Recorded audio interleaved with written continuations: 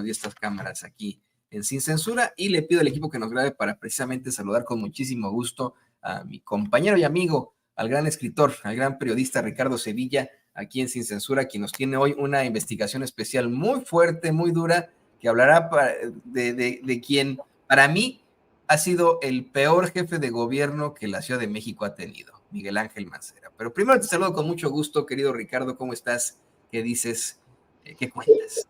Estoy muy bien, querido Toño, gracias siempre por tus diferentes palabras, muy contento, le mando un saludo a la audiencia y un abrazo enorme también a mi querido David, que me manda abrazo, pues hay que corresponder siempre los saludos y los abrazos. Estoy muy bien, querido Toño, tratando de no indignarme antes de tiempo, ya estoy muy enojado desde el día de ayer cuando tenía en mis manos estos documentos que son muy, muy dolorosos, que tienen que ver, sí, con Miguel Ángel Mancera, pero tienen que ver con el Fonden y tienen que ver con un personaje de claro oscuros, un personaje bastante siniestro, un personaje sobre el que han recaído muchísimas sospechas, que es nada más ni nada menos que Ricardo Monreal. El presidente López Obrador hoy en la conferencia mañanera hablaba del Fonden, de este fideicomiso que tanto extrañan los actores políticos de la derecha y que tanto defienden en los medios de comunicación corporativos,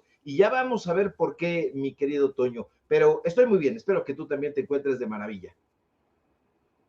Lo estamos aquí desde muy, muy temprano, siempre pues buscando la noticia, y mira, el tema que nos vas a tratar efectivamente es delicado, estamos hablando del Fonden.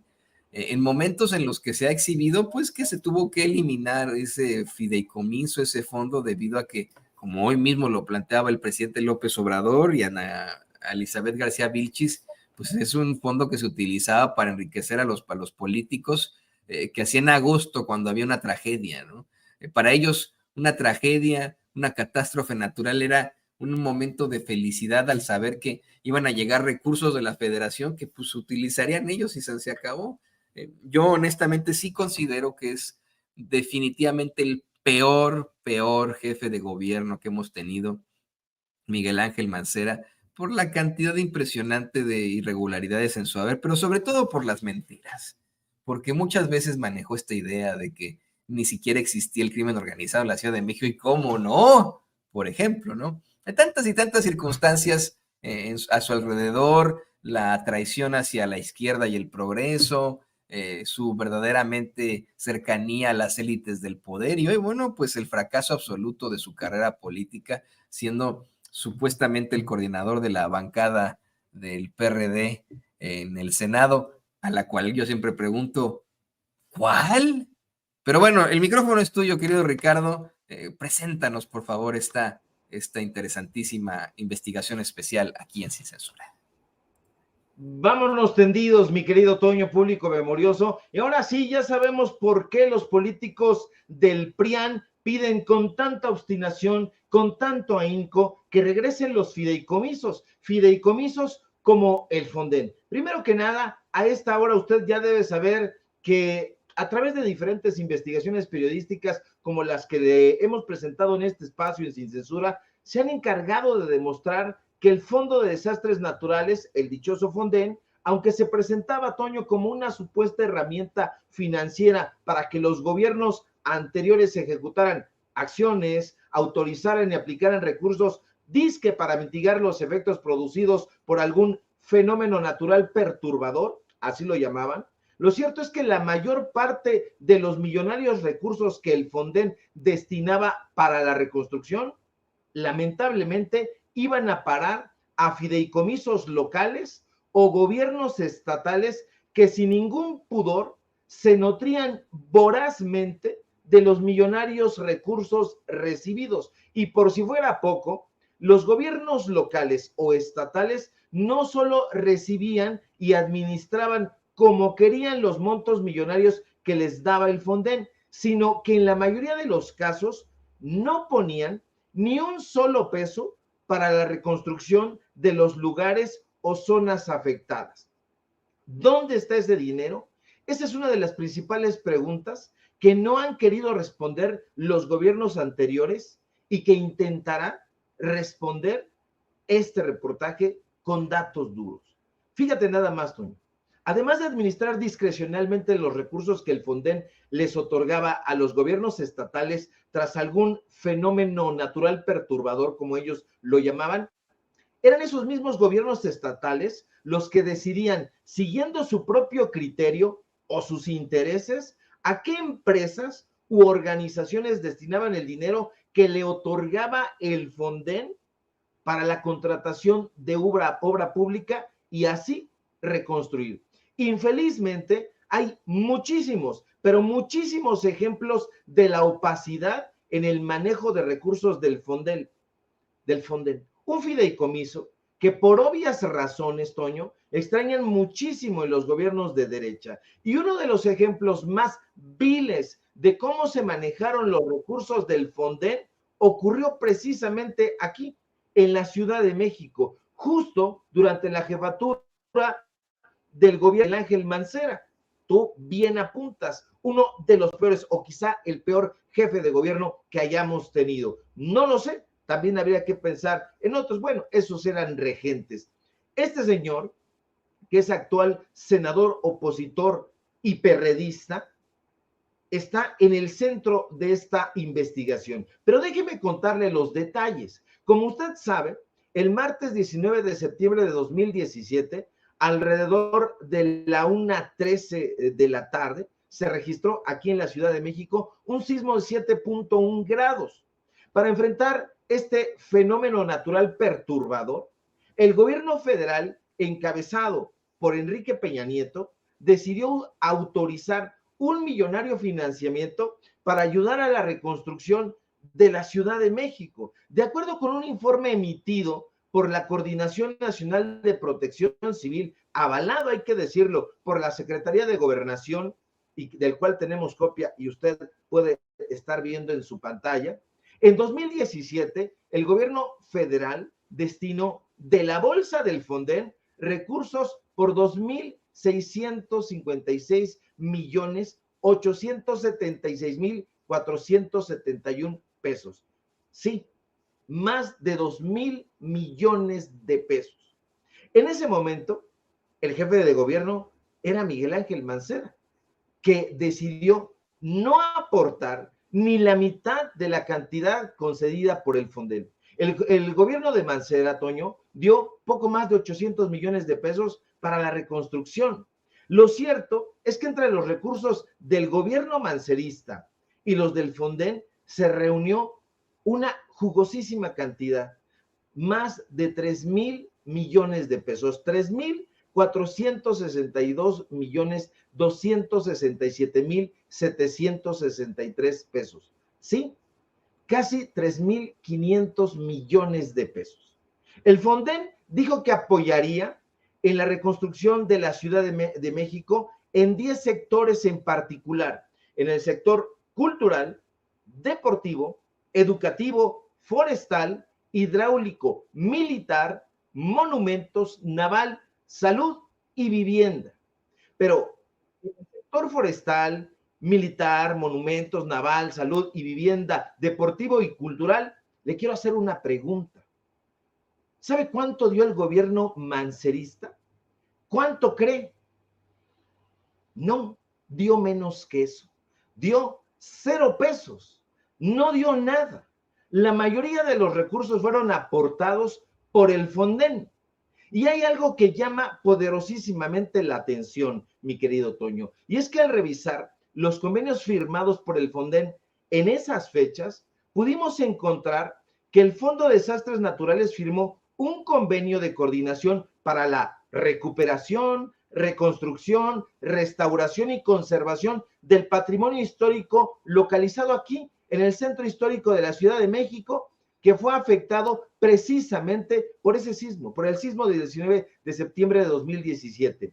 El Comité Técnico del Fideicomiso número 2003 Fonden, del cual tenemos copia y se lo estamos mostrando en su pantalla para que no haya lugar a dudas, asegura haberle entregado al Instituto Nacional de Antropología e Historia 293 millones de pesos. 293,569,000 886 pesos, así, la cifra completa, lo cual es una absoluta incongruencia, Toño, porque el Fonden dice en su informe de los recursos otorgados en 2017 que realizó aportaciones por 20 millones de pesos y otra por 15 millones de pesos. Dos aportaciones nada más, una por 20 millones de pesos, otra por 15 millones de pesos. Y si sumamos 15 millones de pesos más 20 millones de pesos, no hay que ser un genio para saber que son 35 millones de pesos, pero si recibieron más de 293 millones de pesos para la reconstrucción de esos monumentos, hay que restar entonces a esa cantidad 35 millones de pesos. Y la aritmética elemental, Toño, nos dice que falta muchísimo dinero. Faltan 258 millones de pesos, casi 260 millones de pesos. ¿Dónde están? ¿En la bolsa de quién? ¿O en los edificios de qué personaje o de qué personajes? 260 millones de pesos están bailando. El presidente López Obrador decía hoy en la conferencia mañanera, Toño, que se robaban el dinero. Estos personajes o se hacen tontos o la aritmética no se les da o son unos absolutos corruptos o algo sucede. Pero hay muchísimo dinero y aquí yo tengo los informes de estado por estado, año por año, y he estado revisándolos meticulosamente junto con un grupo de periodistas también muy responsables, y yo se los enseño, se los comparto y les digo, estoy equivocado. Revisamos y revisamos las cantidades, o no sabemos sumar, o no sabemos aritmética elemental, o no sabemos investigar, o simple y sencillamente Miguel Ángel Mancera es un absoluto corrupto. Ahora, hay otra cosa. ¿Por qué está Ricardo Monreal en las fotografías que usted está viendo? Porque en ese momento usted recordará que él era el jefe delegacional de Cuauhtémoc. Hoy la alcaldía Cuauhtémoc, que maldirige Sandra Cuevas. Bueno, en ese momento él era el jefe delegacional y los monumentos que se iban a restaurar estaban esencialmente en la alcaldía Cuauhtémoc, en ese momento la delegación Cuauhtémoc. Es decir, este dinero fue a dar a la delegación Cuauhtémoc, pero no nos cuadran los números o no les cuadran a ellos y queda bailando muchísimo dinero. Y esto es solamente una parte, pero además, mi querido Toño, revisando los informes de avances de protección civil, los últimos reportes era que el avance de la reconstrucción de esos monumentos era igual a cero. No habían avanzado un cacahuate en la restauración de esos inmuebles monumentos. ¿Qué estuvo sucediendo ahí? Tiene que responder Ricardo Monreal, tiene que responder Miguel Ángel Mancera, tiene que responder el Instituto Nacional de Antropología e Historia, que nos digan dónde están esos informes o que nos digan dónde está ese dinero, qué es lo que está pasando. Precisamente por eso vemos la beligerancia con la que están defendiendo el regreso de los fideicomisos. Este es solamente un fideicomiso, Toño. Este es solamente un hecho, un hecho natural perturbador, como ellos lo han denominado. Es solo uno. Estamos hablando de muchos años, de muchísimos sexenios, en donde las cantidades de dinero son asquerosamente inimaginables. No lo puedo imaginar. Hace poco estaba yo por la avenida Insurgentes y alguien me enseñaba una torre y decían, esa es la torre de Mancera. Hoy ya no me parece tan descabellada esa afirmación, Toño. Muchísimo dinero entró de parte del Fonden, de parte de del Fonatur, del Sectur. Hay una cantidad que yo voy revisando los documentos y me siento completamente asqueado, Toño. Son muchos, miles de millones, son más de 3,000 millones de pesos, Toño, y no vemos ningún tipo de restauración. Hoy mismo podemos acudir a peinar la zona ahí en la Cuauhtémoc y vamos a encontrar que todavía hay inmuebles que tuvieron que ser abandonados por la gente que vivía ahí porque no fueron restaurados y tampoco fueron derrumbados. ¿Por qué? Porque uno de los informes dice que se iban a dar recursos millonarios para el derrumbamiento y sacar escombro de esos inmuebles. Pues no hicieron ni una cosa ni otra. Entonces, ¿tiene razón o no el presidente de que se trata de una campaña de la derecha para regresar o intentar regresar al poder? Por supuesto, no nos queda lugar a dudas, mi querido Toño, y hasta ahí los datos duros del día de hoy. Y la pregunta siempre aquí es, querido Ricardo, ¿y dónde queda la justicia? ¿Por qué por qué no están hablando? Y le pido al equipo que nos grabe con esto. ¿Por qué no están hablando de esto en los medios de comunicación corporativos? ¿Por qué siempre ha existido una especie de, silencio o apoyo absoluto hacia la personalidad de Miguel Ángel Mancera, hacia la personalidad de precisamente el mismo Osorio Chong, ¿no? Pues tantas irregularidades le han adjudicado.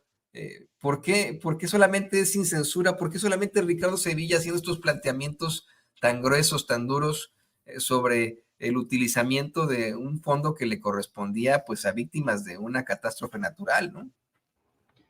Sí, así es, mi querido Toño. Es de esa manera porque lamentablemente, y esta es una crítica que hemos venido haciendo desde hace meses, yo diría que incluso desde hace años, que los medios de comunicación tienen un registro patronal y ese registro patronal es el que obedecen estos supuestos reporteros. Veía hace poco en las redes sociales a una periodista que yo solía conocer porque firmaba en algún medio de comunicación, no voy a decir su nombre para no poner el dedo en la llaga, pero decía esta periodista en redes sociales, me siento muy contenta de abandonar los medios de comunicación donde te ordenaban lo que tenías que hacer. Saliendo de esos medios de comunicación, te das cuenta de que hay vida después de los medios de comunicación. Y uno se pregunta y se lamenta, querido Toño, ¿por qué los periodistas, hombres y mujeres, tienen que abandonar esta noble labor, esta noble profesión? Precisamente por eso, porque los dueños de los medios de comunicación no quieren informar, no quieren hacer periodismo, no quieren ningún tipo de responsabilidad social. Lo único que quieren es un medio de comunicación que defienda sus intereses, intereses que tienen que ver con su corporativo. Por eso les llamamos medios de comunicación corporativos, porque son un corporativo empresarial como el grupo Salinas, como el grupo Imagen, como el grupo Televisa. Todos estos personajes en realidad compran medios de comunicación, alquilan a quien se deje alquilar y a quien se deje comprar para malinformar o para desinformar. Y ahí tenemos a estos engendros de la comunicación, a personajes como Ciro, como Pascal, el que hablaba el presidente hoy en la mañanera, de andrajos, como me refiero intelectualmente hablando, como Marco Levario, como Chumel, como el hijo de Héctor Suárez, el comediante, en fin, todos estos personajes que son periodistas ocasionales, líderes de opinión y que no quieren abrazar ningún tipo de responsabilidad. ¿Por qué lo hacemos nosotros? porque nosotros tenemos una cruzada, Toño, una cruzada desde el periodismo, que hemos visto no como un lugar de la farándula. A nosotros no nos interesa aparecer guapos aquí, ponernos injerto de cabello, ponernos un traje a la medida, salir y decir ramplonería y media. Nos interesa informar y vamos a informar desde este estudio, en la calle, en la Costa Chica de Guerrero, en el barrio, donde sea, porque ese es el periodismo y el periodismo quiere develar. Es la pregunta esencial del periodismo. ¿Qué es lo que está sucediendo? Y aquí lo que está sucediendo es que hay corrupción y hay muchísimos medios de derecha que no quieren darle a conocer y pocos medios de comunicación, como es el caso de Sin Censura, y comunicadores, como es el caso de tu servidor, que sí queremos. ¿Acaso seamos unos nostálgicos del periodismo? Pero no vamos a quitar el dedo del renglón, mi querido Toño. Sí, efectivamente, tenemos que estar muy, pues, en comunión con nuestra vocación de servicio a la gente, con nuestra vocación de llevar esa verdad con justicia, con el verdadero periodismo, querido Ricardo, y por eso es que yo siempre me vanaglorio de que seas parte de este espacio, parte de Sin Censura. Permíteme hacer una pregunta más y le pido por favor al equipo que nos grabe, porque mira, sobre lo que hablabas, luego de exhibir esta campaña de mentiras y desinformación con propósitos electorales, el presidente López Obrador menciona estos dos casos, ¿no? El golpeteo utilizando las lágrimas de muchas familias por el huracán Otis, y además ahora este hallazgo en Hong Kong, y por cierto, yo hago la aclaración hace rato, dije China, no, me refería a Hong Kong, de droga en costales de Segalmex, algo que a mí me parecía hasta ridículo, ¿no? Porque, pues en todo caso, la droga viene desde esa zona de Asia hacia este continente, específicamente Estados Unidos, pero a veces llega por México y etcétera, etcétera, ¿no? Hoy el presidente López Obrador ironiza diciendo, bueno, que los ponen hasta como si fueran narcotraficantes, que es como, de alguna otra forma, la nueva tendencia de golpeteo por parte de toda la ultraderecha mexicana, el tratar de vincular al presidente López Obrador y a su gobierno con estructuras del crimen organizado, como si existieron, por ejemplo, en el sexenio de Felipe Calderón. Y ya, mira, no comprobado por tu servidor, por ti, por Sin Censura, por Vicente Serrano, sino por el gobierno de los Estados Unidos. El presidente enumera a esa bola de impresentables que constantemente pues atacan con mentiras a su gobierno, como Joaquín López Dóriga, Ciro Gómez Leiva, Carlos Loret de Mola, Denise Dresser y hasta ese tal Emilio Álvarez y Casa, este tipejo que, bueno, pues de comunicador no tiene nada, pero que es político, hijo de la independencia, pero más bien es del PAN. Y me pone a pensar en esto.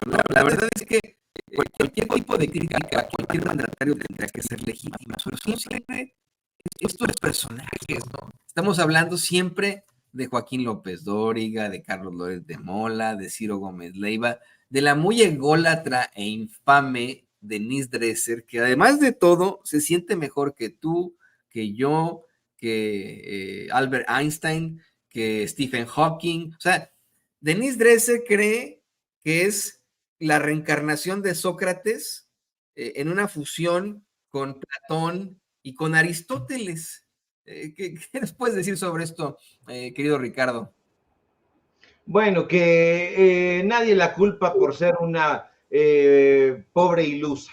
No podemos culpar a los ilusos. Hablando de Sócrates, me acuerdo perfectamente que hay una anécdota. Ahí justamente a mi derecha tengo los tomos de Platón, hablando de Sócrates, y cuenta Platón que un día se encontraba con sus acólitos. Y entonces pasa cerca de un burro y le da una patada al gran Sócrates, ¿no? Le da una patada, le da una cos y lo bota por allá. Y entonces sus alumnos se paran inmediatamente con el fin de querer castigar al burro. Dicen, ahorita lo vamos a sacrificar, Sócrates. ¿Cómo que te ha dado una patada? Y Sócrates los serena y les dice, no, calma, el culpable he sido yo porque pasé cerca de un burro. Entonces, él no tuvo la precaución de pasar a un lado o detrás del burro, porque esa es la naturaleza del burro, da patadas. Entonces, la naturaleza de Denise Dresser es algo similar. Son personajes que han creído que tienen un apostolado intelectual y que como no había opciones o por lo menos no había posibilidad de darlas a conocer, pues ellos creían que tenían la batuta. Están pasmados, están de una pieza al ver que en las mazmorras del anonimato se estaban forjando los nuevos periodistas, las nuevas periodistas, los escritores, los intelectuales que les están en este momento plantando la cara y dando la batalla. Yo soy de la idea de que lo mejor que hay que hacer con estos personajes es exhibirlos, aunque mucha gente diga, es que les damos mucho valor, puede ser que sea cierto, pero hay todavía muchísima gente que no los conoce, que creen que son el non plus ultra y no lo son. Y precisamente por eso vale mucho la pena lo que hace el presidente López Obrador de exhibirlos, porque todavía hay mucha gente desinformada por ahí que dice, es que lo escuché en las noticias. ¿Con quién? Con Javier Alatorre. Bueno, pues ese es un zoquete, ese recibe las instrucciones de su jefe, el usurero dientes de burro, como le dicen irónicamente en las redes sociales a Ricardo Salinas Pliego. Bueno, vente para acá, aquí hay opciones de información mucho más consistentes, mucho más reflexivas, vente para acá. Entonces, precisamente por eso no vale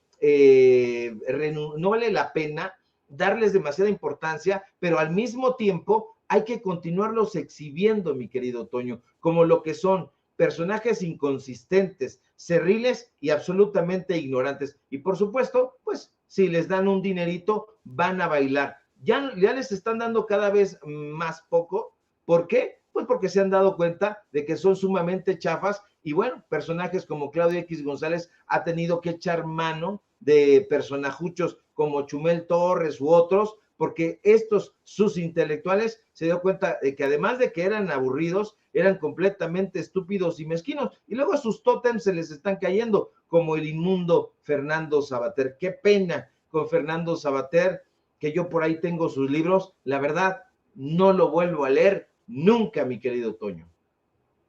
Y ayer lo platicábamos, es terrible, hombre, cuando se te caen ciertos personajes a los que admiras, que lees, que estudias, en muchas partes, y bueno, ni hablar.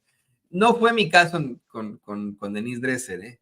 Yo desde que me acuerdo la he visto como una pseudointelectual, una persona muy, muy crecidita, ¿no? Como muy fumada.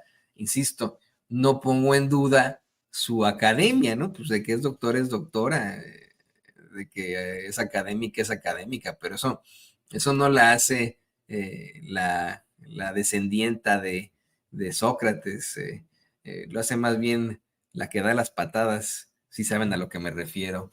Querido Ricardo, te agradezco que te hayas conectado con nosotros para pues desmentir estos que dicen muchas burradas y que hacen muchas burradas precisamente. Y te ruego, por favor, que nos compartas tus redes sociales para que la gente se ponga en contacto contigo.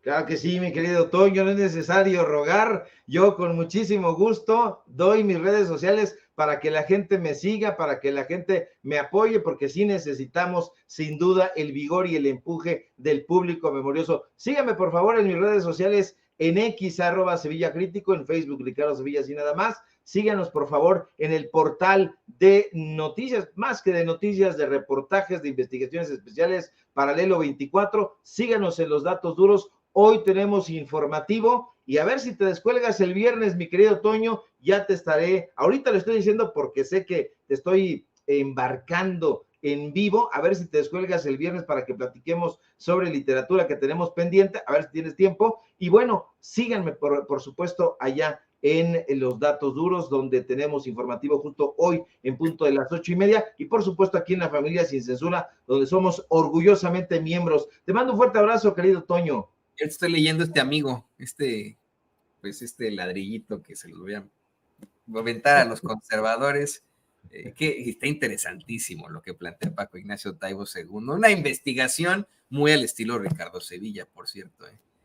Ya vamos ahí leyendo este tabicón, este ladrillito, y mira, yo te digo que sí, nada más tengo que pedir permiso, ya sabes, por cuestiones maritales, pero yo digo que sí, voy a estar ahí con muchísimo gusto el viernes por la noche, uniéndome a los datos duros con muchísimo gusto, querido Ricardo. ¿Okay? Hombre, será un agasajo, mi querido Toño, hay muchísimas cosas de qué platicar. Te mando un fuerte abrazo y quedamos pendientes a la información, y en un momento más no se pierda este hilo que vamos a subir justamente con esto que le acabamos de presentar aquí en exclusiva. Te mando un fuerte abrazo, querido Toño, y estamos atentos a la información.